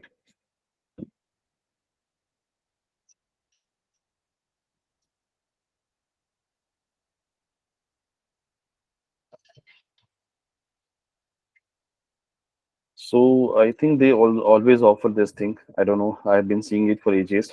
So 50% off is something that has become quite a norm for them. And I think in Indian rupees, it comes out to be 1,800 rupees or something per month, I think. And they allow you to customize your content based on your audience, as in, what should you use in terms of hashtags and all, what time you should post. So it will do that kind of optimization for you. And once you get the inputs in terms of the industry, your audience demographics and everything, so it will allow you to, optimize the content based on that. Okay. And if you want to optimize your YouTube content, so this is the best tool that we recommend or use, tubebuddy.com. So again, so I'll quickly show you, how to optimize the YouTube content and what are the things that you should do before getting into this. I think we still have 15 minutes. So let me close the windows.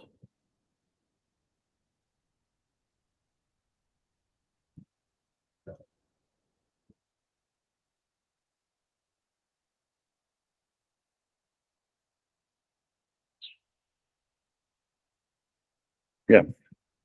So this is your something which is called as your YouTube Studio, which is like a dashboard to manage your channel, and this will show you all the stats related to, like, how many followers your channel has. Like you can see, this channel has almost 1,40,000 subscribers, right? Sorry, more than that, in fact, 14 lakh, in fact. So 1.4 million. That's what I remember. Okay. So this is the summary that you get, and they have a complete analytics of what you can look into, and I'll show you that for Instagram and LinkedIn also. Okay, so you will be able to see that how many views you're getting in a month, or whatever time period you have selected. So by default, they normally select last 28 days, right? So you'll find how many views are there, how much watch time. Watch time is basically in terms of the number of hours, total number of hours for all the users or subscribers. Okay, then the jump in the subscribers this month. So 58K subscribers have been added to this channel. And then you have the estimated revenue, which is like 27,000 for this. Okay. So you might be wondering that, this channel has millions of subscribers, and why such less revenue? Okay.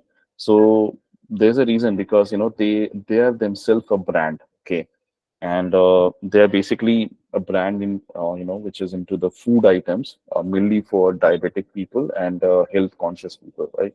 So in fact, they appeared on Shark Tank India in the season 2 too, right? So what they do is, they block a lot of advertisers on their platform, so they can't allow their competitors to run ad on their channels. So this is why their spending is very, very less. Sorry, earnings are very, very less. Otherwise, it could have been in few lakhs per month. Okay, because they're focusing more on the product selling rather than monetizing their content. Okay, so if I go to the content part, and there are different kind of reports, like you can do a very in-depth analysis. Like if you go to the content, so you'll find which content has been trending, and what kind of views they're gathering, and the engagement level, like how many likes, because of that content, if they are garnering some subscriber, so that also reflects over here. Okay, so you can see that now this is for shorts, right? Shorts have been selected, so you are seeing the stats for shorts. So where exactly the users are coming from, so it will also tell you all these details, that the browse features, mainly the YouTube browse features, is being used, like let's say your favorite videos or maybe related videos and all those kind of browse features. So that sends almost 8.4% of the audience. 83% of the audience comes directly from the short feed, which normally appears as a feed in the, YouTube app for most of the users. Then 5.5% of the users comes from the YouTube searches, and then from the channel pages and some external sources and all. So when you're doing marketing, it's very important for you to know where exactly the audiences are coming from. So it can happen that, you create a channel, and then you start sharing content with your friends, family members. There are different groups in which you're sharing the content. So you should know that, whether your organic efforts are paying you, if it's a paid effort, or whether it's through, let's say, the Instagram as a channel, or it's coming from some external source, let's say WhatsApp and all, right? So all those things are very important. Then it also tells you about the views for each of the individual videos, and then of course the relevant engagements like, comments, etc. for each of these individual videos. Okay. Then you can look into the audience and you can try your best to understand your audience, so how many of them are unique viewers, right? 2.3 million are unique viewers. Then they are returning visitors or viewers rather. So out of 14 lakh, uh, it's almost like 960, 9.69 lakhs, right? That will be your returning viewers, which is not a bad number. And then, of course, there's an increase in the subscribers. So you can see all of these videos, how it allows you to grow your channel, which day, which time slots you're getting the most traction. So this is also very important, especially in the context of Instagram. And I'll show you the Instagram stats also, by the way. So it's very important that you analyze your channel on a periodic basis, like on a weekly basis, and so to figure out that which time your customers are mostly online. So a lot of people, keep asking this question that what should be the frequency, what should be uh, the best time to post or publish on these channels. I would suggest that you can go by some basic rules first initially when you don't have the analytics.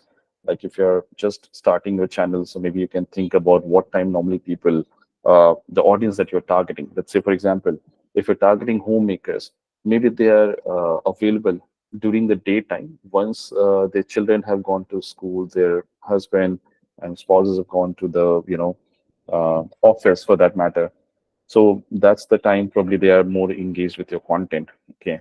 Or if you think about the office goers, maybe they do it probably during the early morning, maybe like while commuting to the work, or it could be the late evening, maybe through the afternoon hours. And also you basically need to make that some of these assumptions initially and start your channel and start publishing the content. Once you do that, you'll also realize, once you start getting some followers, so these kind of analytics will tell you exactly that what's the trend, what's the pattern for your channel. So if you see that maybe the late evenings are the best, so you should probably plan your content publishing towards the late evening hours. Okay.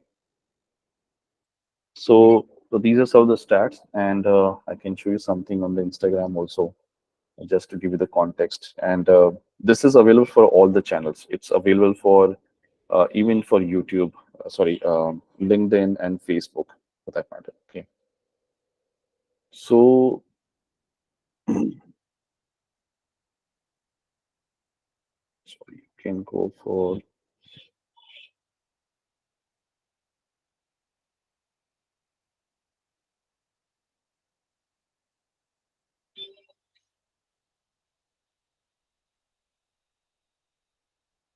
I think this will not. Web version would not show you something. Okay, no worries.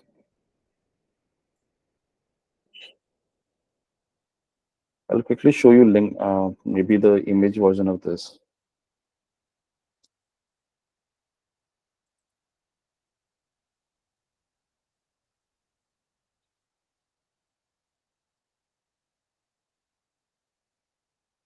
Just to help you understand the context.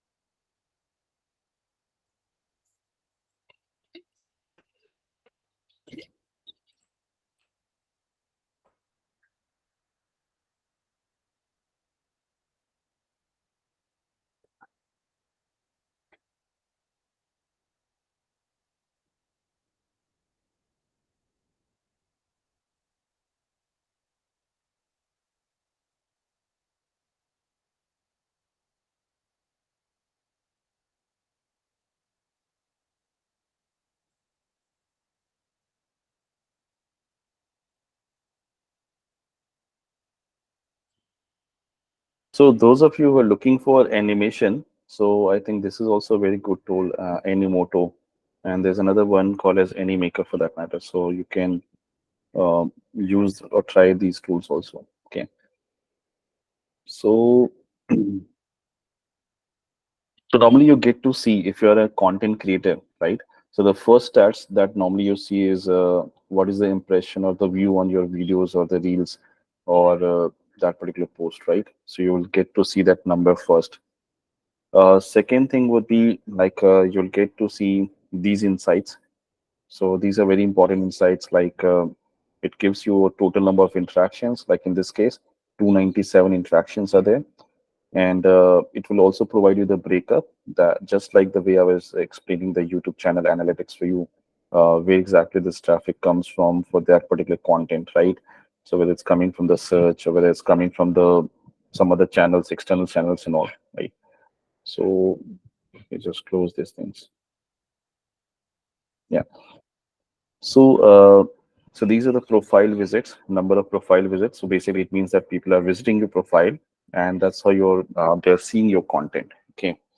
Then you have website clicks. In case if you have a bio link URL, the website URL in that, somewhere in the sorry, I mean this is to your account, so it's coming through some other click method, and then if you're sending an email. So people are coming through the email also. So basically, these are the people who are landing on your Instagram profile. Okay, and how many people are able to search you and find you? So 12,480 people have found you. On which particular days you can see that. So that's also an indication that if you're planning a content, that which particular days you should plan your content. Let's say if you're not doing it every day, so maybe you can think about Monday or Tuesday as one of the days to publish your content, because this is where you get most of the traction. Now, this is not a thumb rule, by the way. This is something that I'm showing you based on the data, that is being shown over here. Okay, and the reach and the impressions. So you can see how much reach you're getting, impressions. So there's a difference between the reach and impressions, by the way. Okay, so the reach, when you say reach, it's basically talking about 12,480 unique people, right? So all of us, let's say there are 27 participants in this session. So we are basically 27. 27 could be the reach for this particular live session. But if you're, let's say, if I provide you a recording and you rewatch it, right? So there would be multiple views for this recording or this session. So that would probably become 16,658.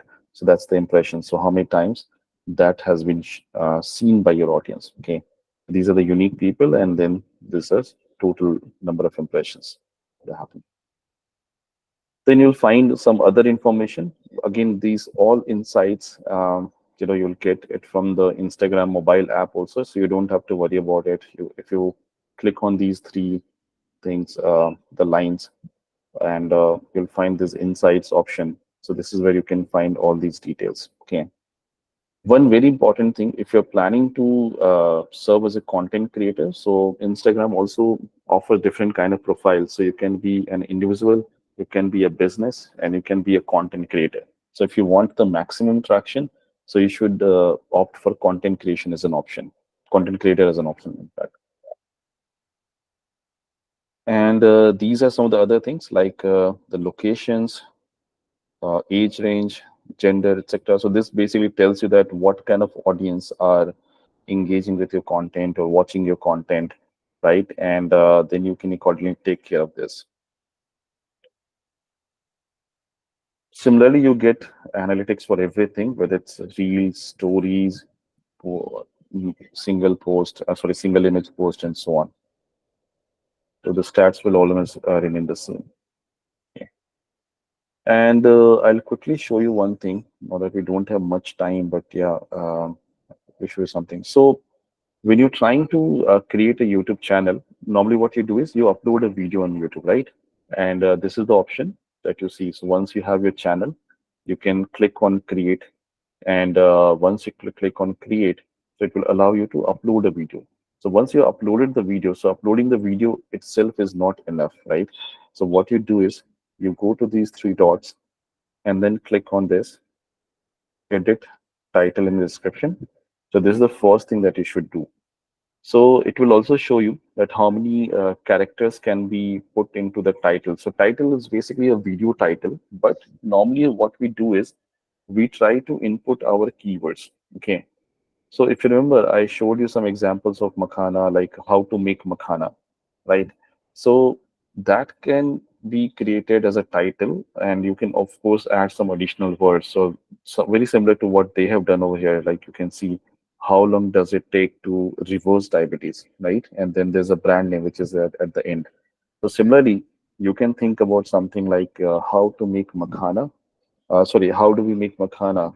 Know the exact process, and then you can put your brand name. So that kind of includes your keyword and also makes it a very interesting topic. Okay.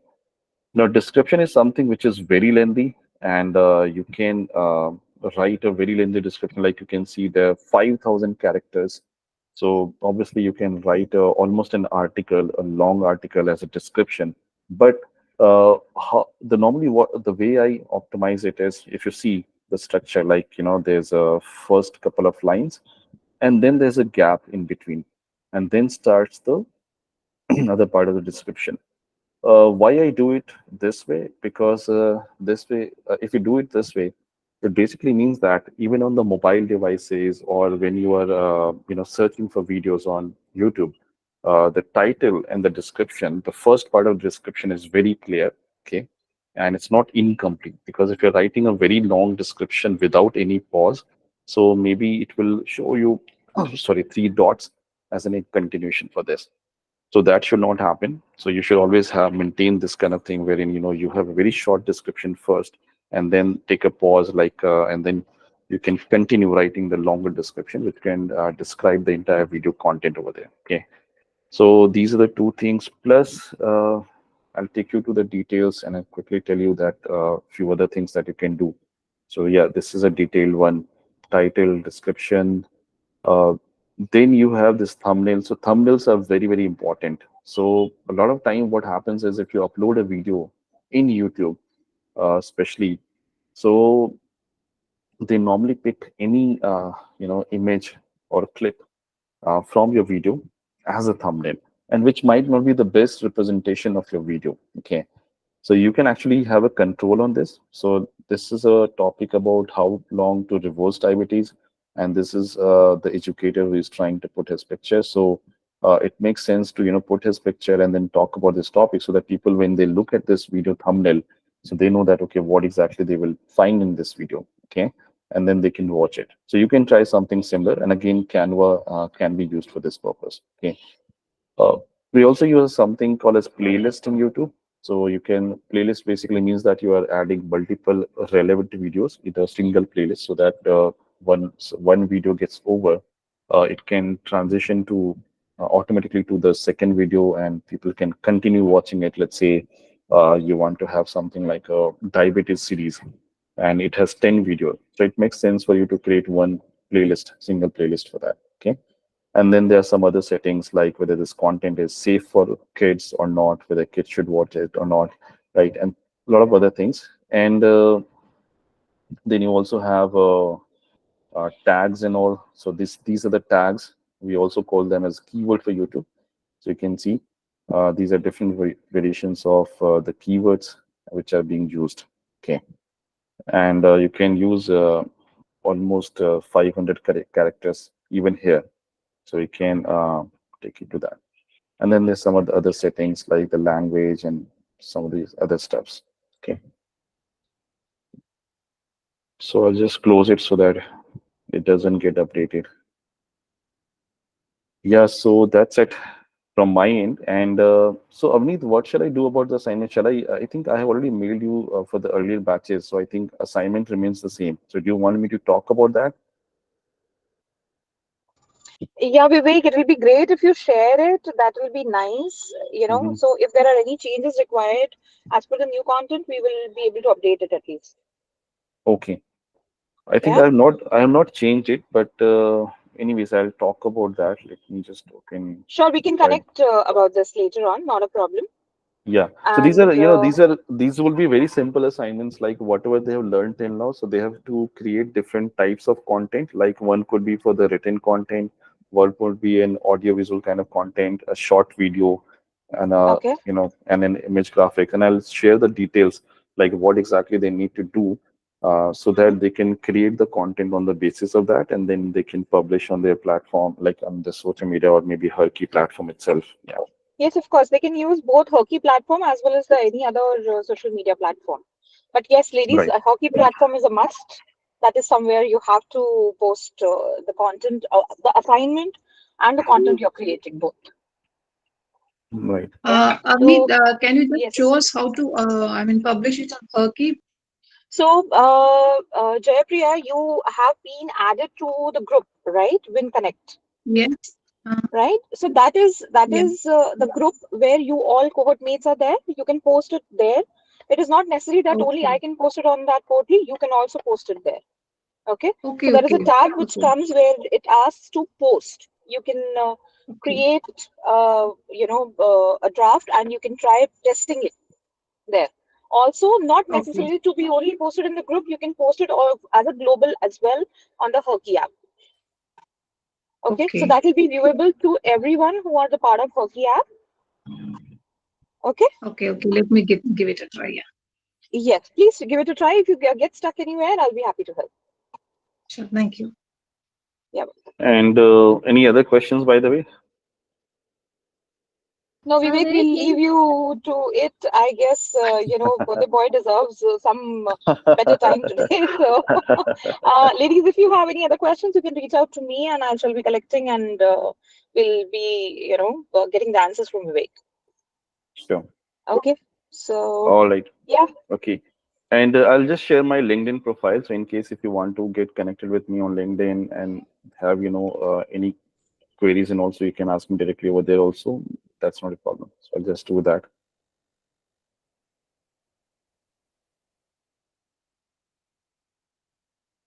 it would have been better, Vivek, if they would have found them themselves, That would have been also a part of assignment. Though it might be difficult, given that, my name is little common and I know, right. yeah. That's true. Mm. All right. Okay, so let's call it a day, ladies. So your next session is on 4th of September. Do not forget to hit interested on the hockey portal and you will be getting the link for the session. And thank you so much, Vivek. Yeah. That was Thank you. great Thanks. hearing from you from past 3 days, the amazing tips and insights you've shared. So thank you very Thank you. much.